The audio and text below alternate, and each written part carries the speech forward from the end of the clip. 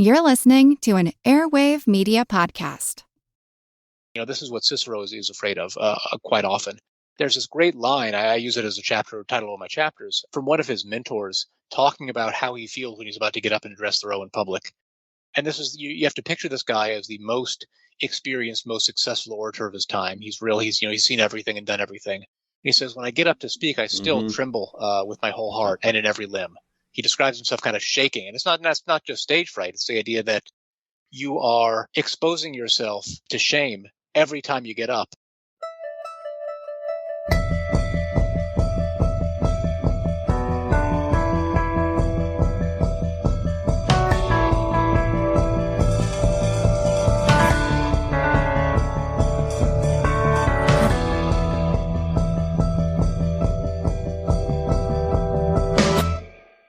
Hi, and we're talking with Rob Goodman, the author of Words on Fire, Eloquence and Its Conditions. Rob Goodman is an assistant professor of politics and public administration at Ryerson University and a former U.S. House and Senate speechwriter. We talk so much on this program about speech, especially lately. Didn't talk about it much when I started the podcast. Just talked about it a little. Now it's become problematic.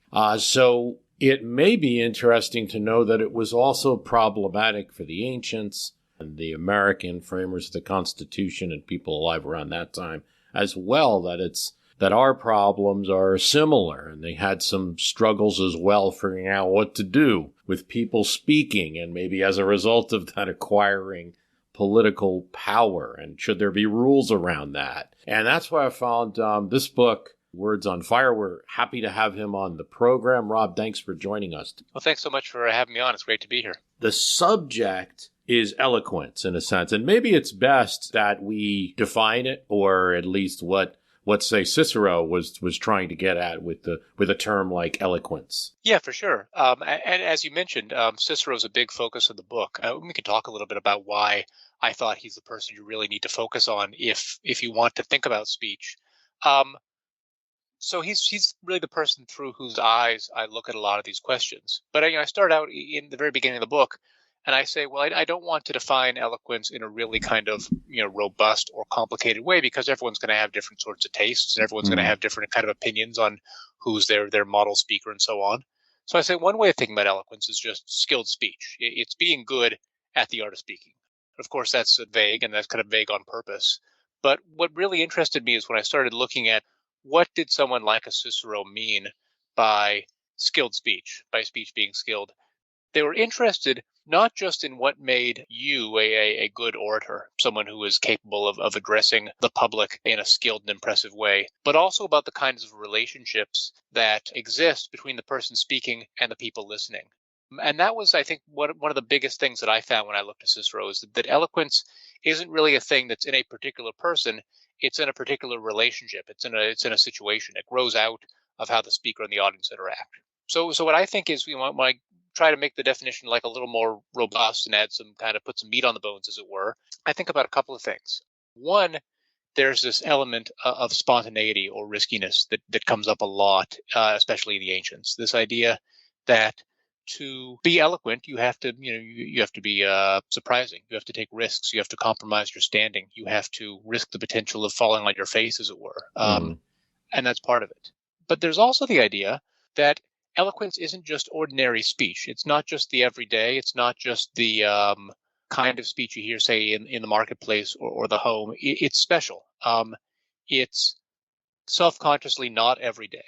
One of the words that gets used by the ancient writers, especially in Latin, for this idea is the idea of decorum. The idea of decorum as fitting the words to a particular situation, stylizing your speech so that it fits what's going on at that rhetorical moment for the crowd you're addressing. So I put these two together, and I think that if you combine this element of riskiness and this element of stylization or extraordinary quality, you get what I call in the book spontaneous decorum, which is a bit of a paradox, but that's what makes it difficult, is being able to spontaneously produce speech that is shaped to the moment and stylized and out of the ordinary, but doing it with a degree of risk. And because it combines those two difficult elements, that could be a little bit contradictory. This is why eloquence is difficult, but it's also why, for people like Cicero, the ability to rise to the moment and deliver something like that is valued so highly. Let's talk about that risk, because I think it's very important to your point about the times today where risk may be a problem. There may be a lack of risk. But let's define that as well. When we say the speaker is experiencing risk, like a senator, the Roman senator, or senator in the American Senate is getting up and making a speech, what's their risk? Well, I think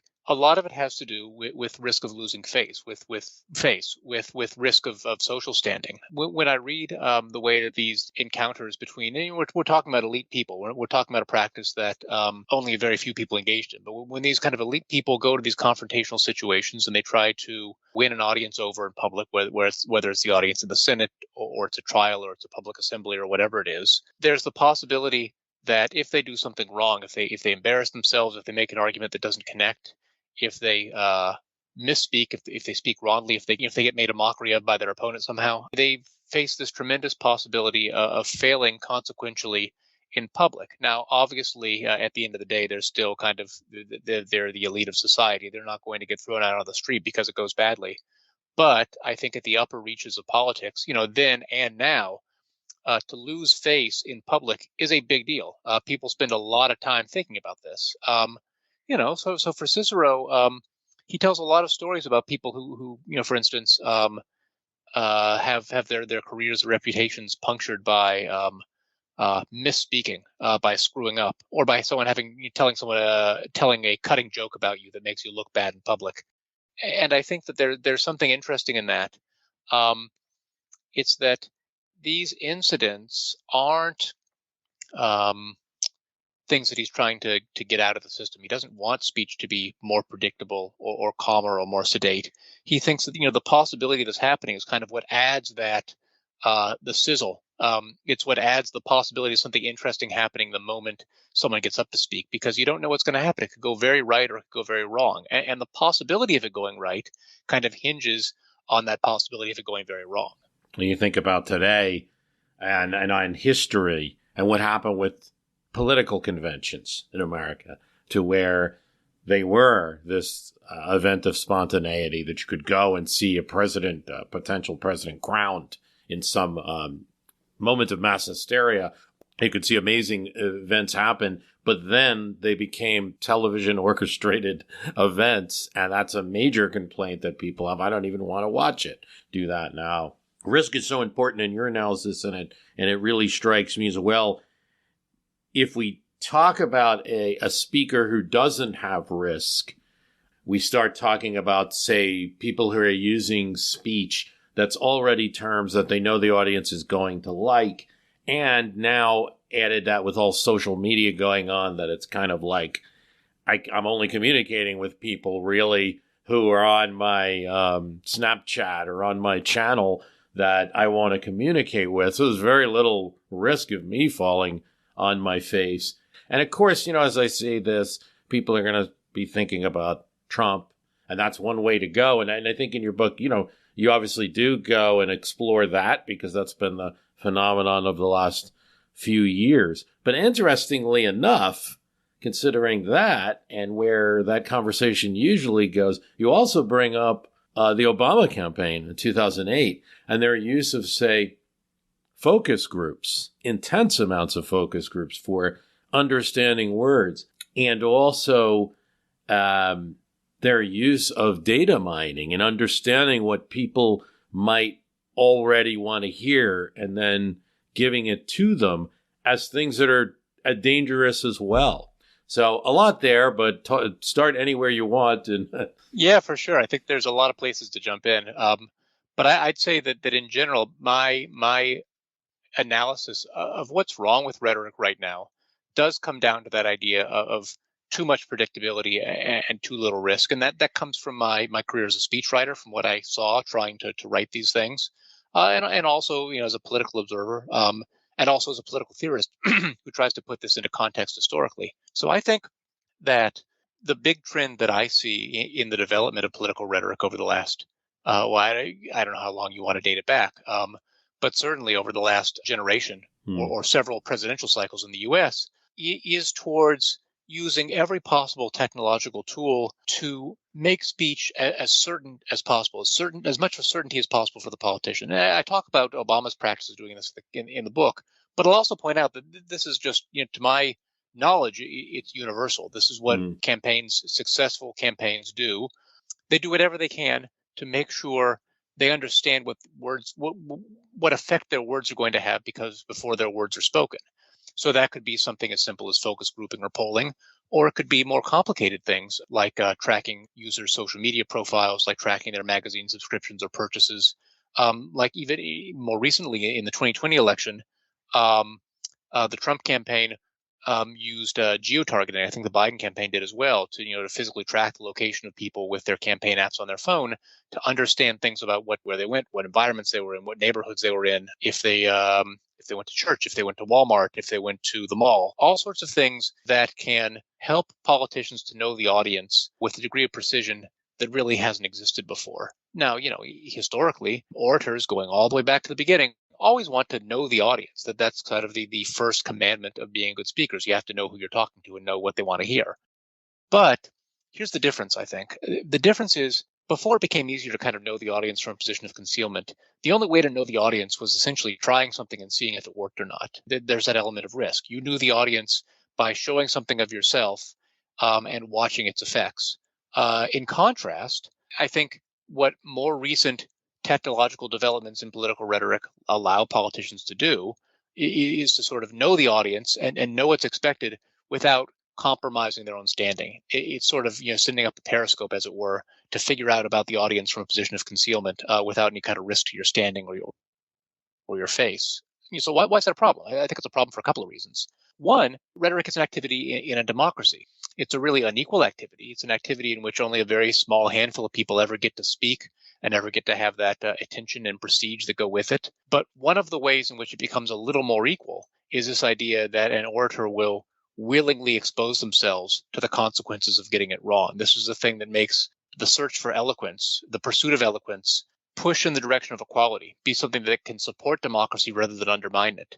On the other hand, if you lose that, if the idea simply is figuring out which buttons to press in an audience you kind of think of as an inanimate object, you lose that democracy promoting, that equality promoting function.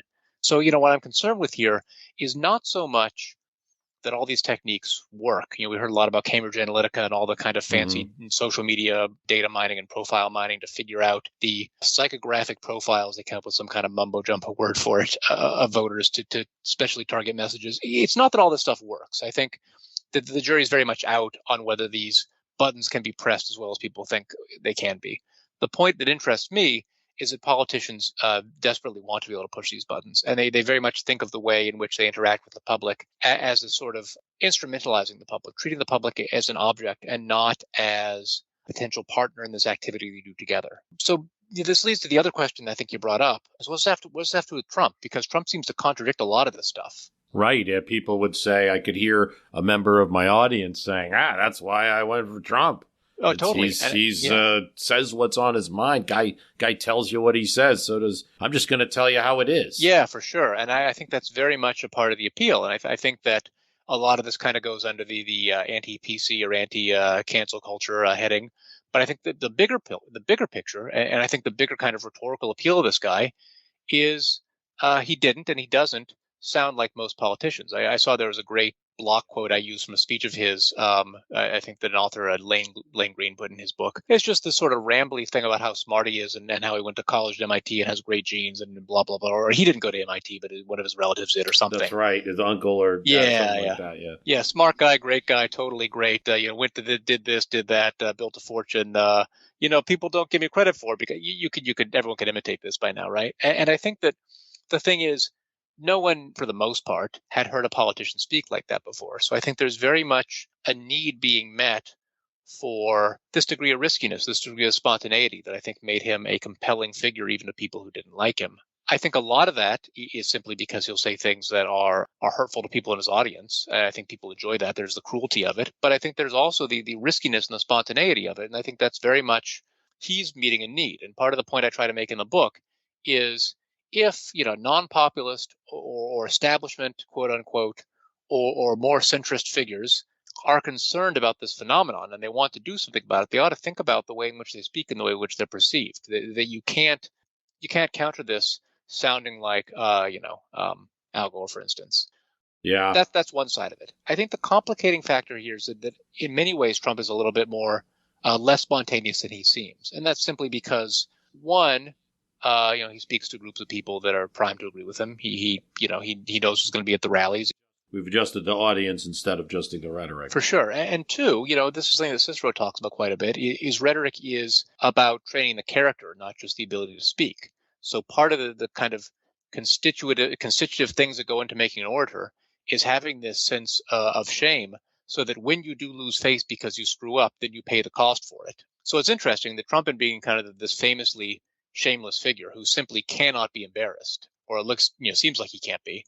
In many ways, that means that the risk isn't there in the same way, because it's as if he doesn't perceive risk the way that you or I do, the risks to his speech. It's almost as if someone without nerves in their hand is putting their hand on a hot stove. You kind of miss the point of the pain signal that hot stove is giving to you. So I think my take on this in general is that on the one hand, his ability to speak in the way that he does, or inability, or whatever you want to call it, is meeting a need that is not met by a lot of people in our political system. But I also think that there's a lot less there than would seem at first glance. And the reason I think he stands out is because rhetoric in our system right now is so impoverished to begin with, that people are just sort of thirsty for anything that looks like it could be risky.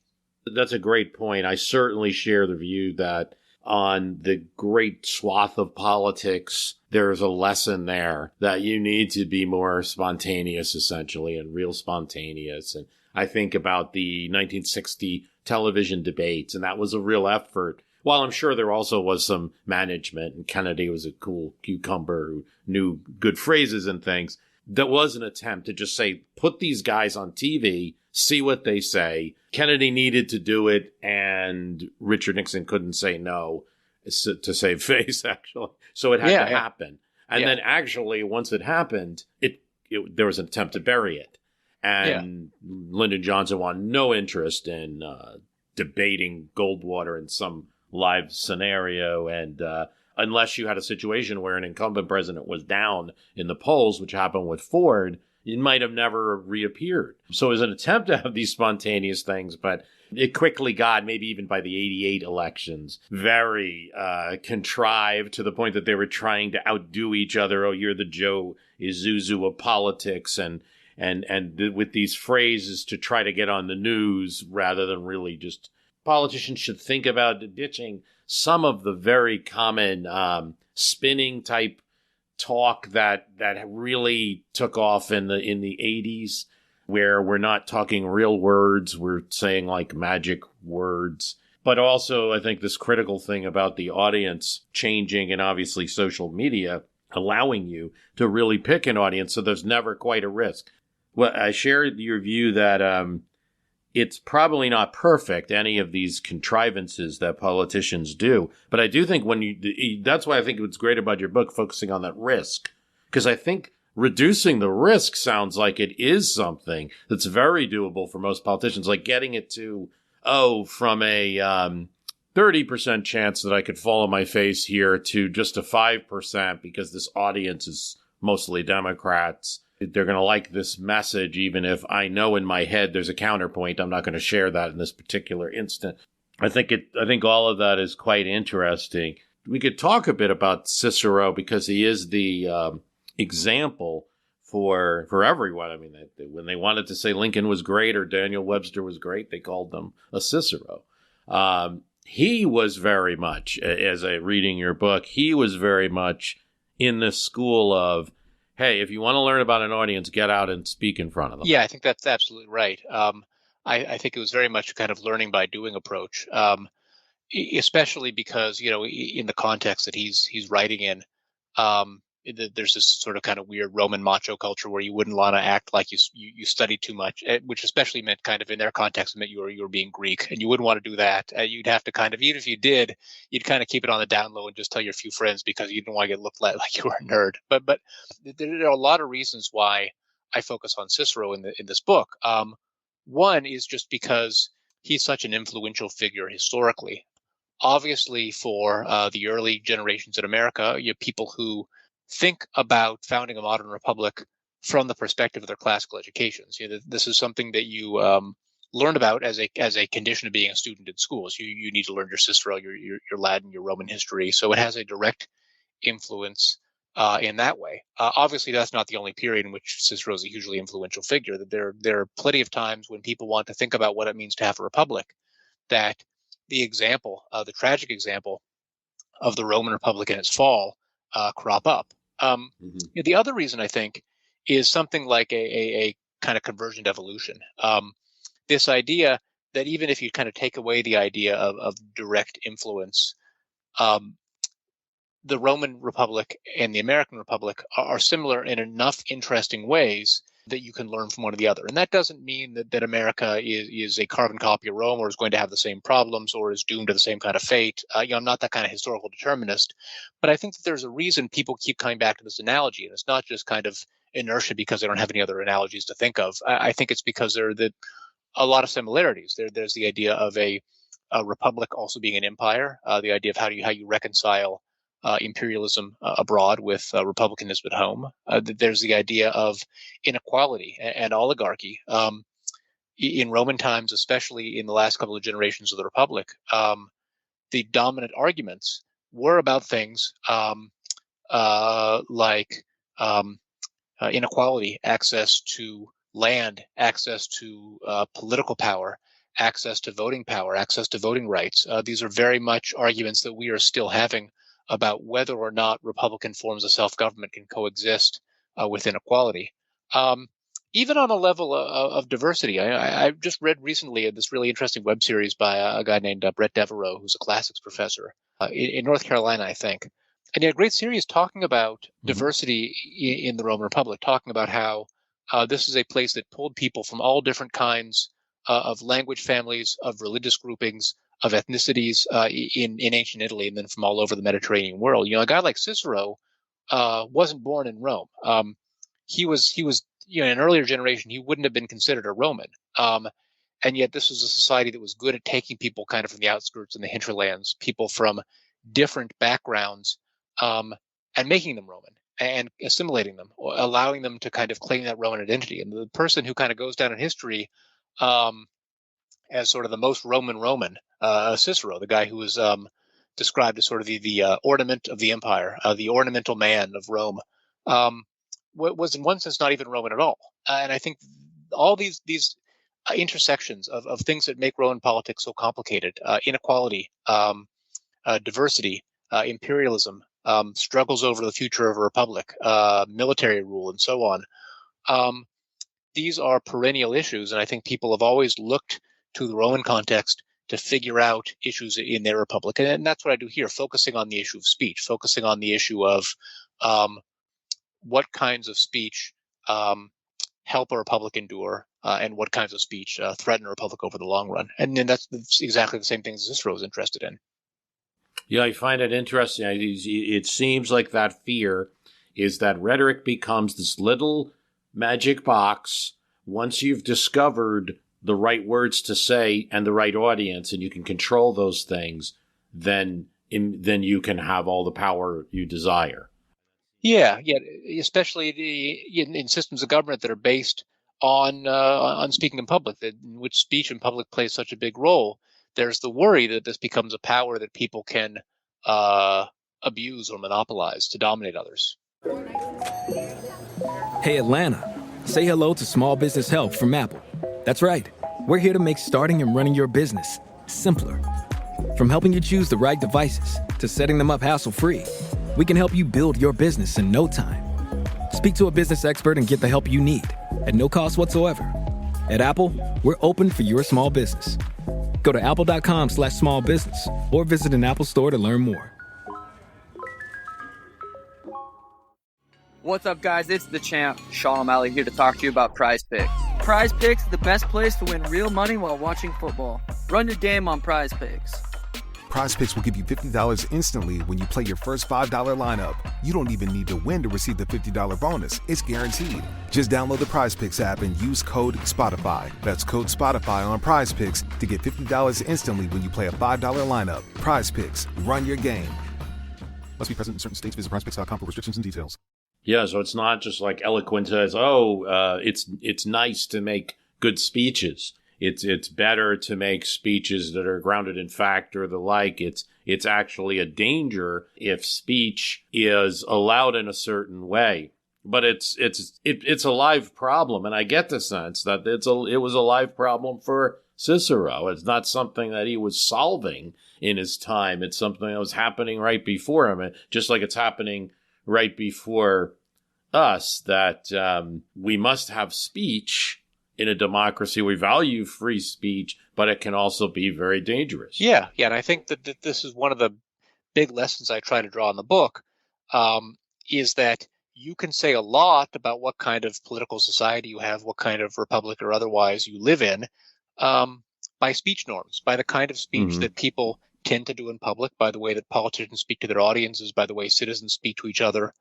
Speech norms are the very stuff of politics, and people ought to pay attention to them because they really tell a story that sometimes isn't told explicitly. And that's what I'm worried about in contemporary politics, is this idea of contemporary political inequality. And I think you see this in speech norms that as I describe them in the book, are risk-averse speech norms in which politicians generally want to do anything they can to avoid risking their standing when they speak to the audience. It's the idea of an audience that pushes politicians, that demands politicians do that, to risk themselves, to have the ability to push your political elites to do that makes your society a little bit more equal. So a society in which you start thinking about speech as a means of dominating or communicating or manipulating or advertising, rather than as a means of hashing out relationships between the people who get to be the elite and the rest of us, and trying to make those relationships a little more equal.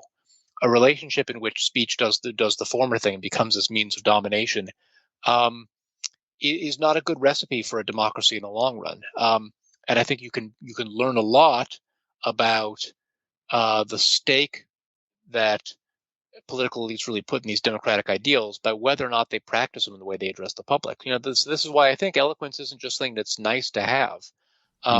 It's not just something that happens on the superficial level of kind of pretty words and great speeches of history and having clips on TV and then nice sound bites and so on. It's more about how you organize your politics in the bigger picture. It's about whether the kind of speech norms you have in a democracy help that democracy live up to its promise or undermine that democracy's commitments.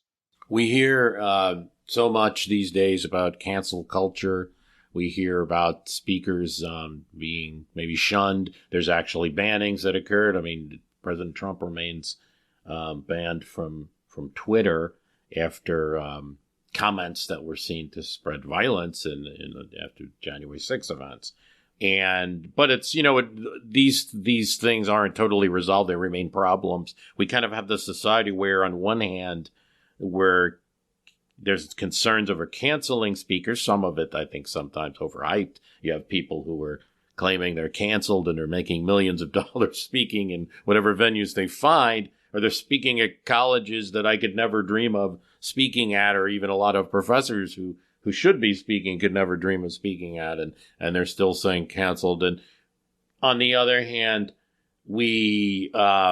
so there's this concern about limiting speech, but in some ways there are more fringe speakers with audiences than you might have had. In the 1980s, they might have been limited to a little zine or a very small meeting in a gray carpeted room.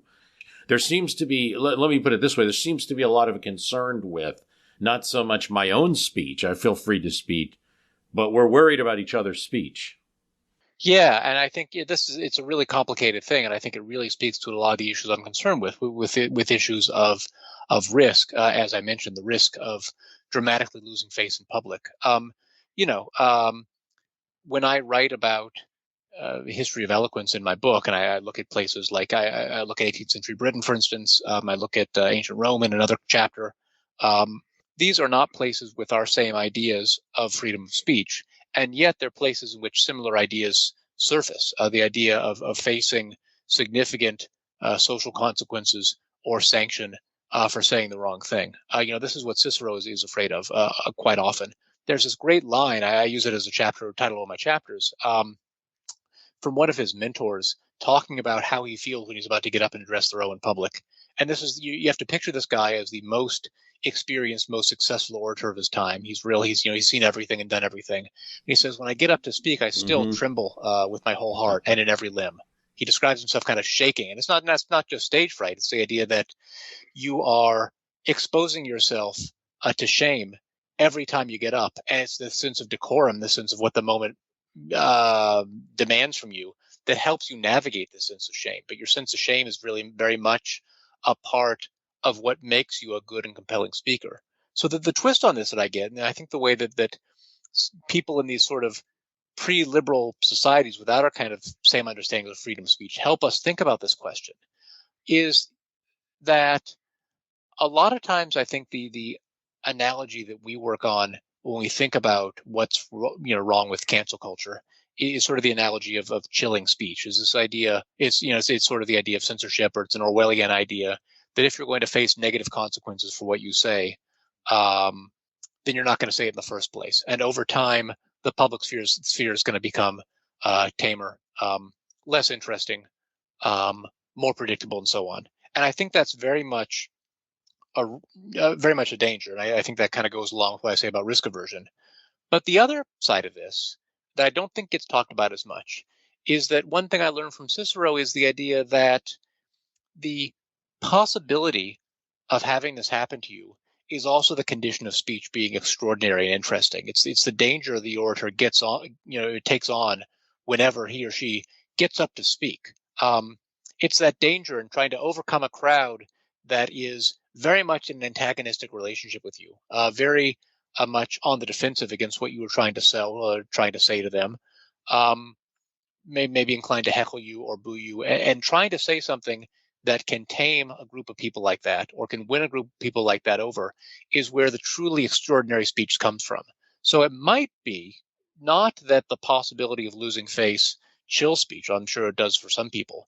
But I think for other people and in other circumstances, the possibility that everything you say could be the last thing you say is something that imparts a real drama and importance and heightened quality to what happens in the public sphere. So I think it pushes in both directions. And I think the difficult thing that we have to think about is how do you get people to take on those risks knowing it can go badly? What are the kind of social, institutional, political pressures that can be brought to bear? And that's not really a question I solve in the book, but I think about it. I think about it a lot because even Cicero, who talked about all these things and celebrated them, was in practice, often a risk-averse kind of guy. He was a politician. He didn't want to fall on his face. He just kind of talked about the possibility of it happening as something that would be one of the conditions of great rhetoric. So I guess one thing that I get from this is that the relationship between, call it cancellation, call it losing face, call it risk, call it the possibility of being heckled. The relationship between these bad things and speech that can be truly extraordinary it's a two-way street, and it's complex. And I think it's complex in a way that a lot of the sort of social media discourse about it doesn't always land on. And if I can bring a little bit more complexity to that and a little more nuance, that would help. Yeah. By the way, we are speaking with Rob Goodman, the author of Words on Fire. I think you should get the book. A lot of times people might be listening will think, oh, well, we talked about everything. I can assure you that it's developed in the course of reading a book like this. Points are developed as more examples. It's really the toolbox that you need to understand this. You're not going to understand it from my 45-minute podcast here, but hopefully we've awakened you a bit. I guess it goes to, we hinted at it a little bit of kind of what's the solution for some of these things. I noted that in your book, you mentioned our friend James Madison, who in Federalist 58 noted that with a larger body, I think it's speaking about legislatures, but in larger bodies, there's less chance of demagoguery. So if you, I guess, one of the things is a federal Congress versus a state or a small locality, you might have less chance of demagoguery with a larger audience. So one proposed solution is that the larger the audience, there's a kind of purification that might occur. That at least was Madison, and I may even have interpreted him wrong. But are there any other solutions that you see? Well, I think the solution, I always feel like it's a bit of a cop-out to say the solution is kind of a cultural solution. But to some extent it is. I mean, this is, I guess when you have a hammer, everything looks like a nail, I guess is the saying. And I'm a political theorist and I study these concepts.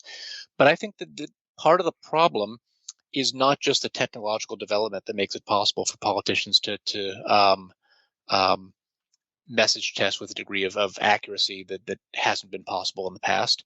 I think it's the loss of the concept of the orator as a really important and interesting and prestigious and difficult and dangerous social role. The idea that oratory and being an orator is something that you could aspire to do, is something that you could be. And I think there are a lot of reasons why this becomes a role that's in decline. I talk about them in the book. I think there are institutional changes, the kind that Madison talks about, that in a lot of ways you could think about the U.S. Constitution and other kind of 18th century political thought as a way of lowering the temperature on speech, of making speech a little less risky, a little more straightforward and calm. And I think that this didn't always have good consequences, as I talk about in the book. But I also think there are cultural consequences. There's people not really being educated in rhetoric. There's just the idea that, I think as someone else said, speech is a lot cheaper now than it used to be. You're not going to, travel for 25 miles to see a Lincoln Douglas debate. You can see anyone talking about any subject any time when you want on TikTok for free. So I think what comes out of this is the idea that the orator as a person who fills a role that involves both prestige and risk falls away. And I think that gap gets filled both by things like, Trump, which I think is kind of a cheap simulacrum of what we're looking for, and also just by things like advertising. And I don't have a perfect one-to-one solution for this in the book, but I do think that audiences, that the democratic publics need to figure out how to demand more of their politicians and how to demand more of their speakers, how to demand that they rise to the challenge and fill that role in a very different circumstance. And the only thing I say that's a little more concrete than that in the end of the book is I feel like there's a tendency in the way that speech gets talked about and reported to blame the public, to say that it's our fault that we're polarized, that we're tribal, that we're bad listeners. Yeah, and I talk about that quite a bit in the book, and I just think that's really misplacing where the blame is. In a deeply unequal system, you look to assign responsibility where the power is assigned. And I think it's not so much that people are bad listeners, as there's not very much that is worth listening to. And I think that's a different problem. And it's not one that I can kind of snap my fingers and solve, but I think I can at least try to point out what kind of shape the problem has, so that people think of it in a different way. I mean, that's what I try to do as a political theorist, and I know that that's not always. It doesn't always satisfy me because I wish I had a better answer sometimes. But I at least think that one thing I can offer is thinking about the problem in a new way. Yeah, acknowledging it is understanding it's half the battle. Yeah, G.I. Joe, right? Yeah. I'm a millennial too, so I remember that in the 80s. I grew up with that on Saturday mornings for sure. I fall into the Gen X category as these things go, but I still watched the the cartoon. I mean, I think we covered a great deal of this of Words on Fire. But if is there anything that we missed that we probably should have? Plenty there. I could talk about this stuff all day, but I think we hit some of the highlights. There's a whole chapter on Edmund Burke that you gotta read the book and talking about all these issues. It will behoove you to read Rob Goodman's Words on Fire. Rob, thanks so much for joining us on My History Can Beat Up Your Politics. Well, thank you so much. I really appreciate having me on. I want to thank you for listening. The website is www.myhistorycanbeatupyourpolitics.com. You like the program, please tell someone about it.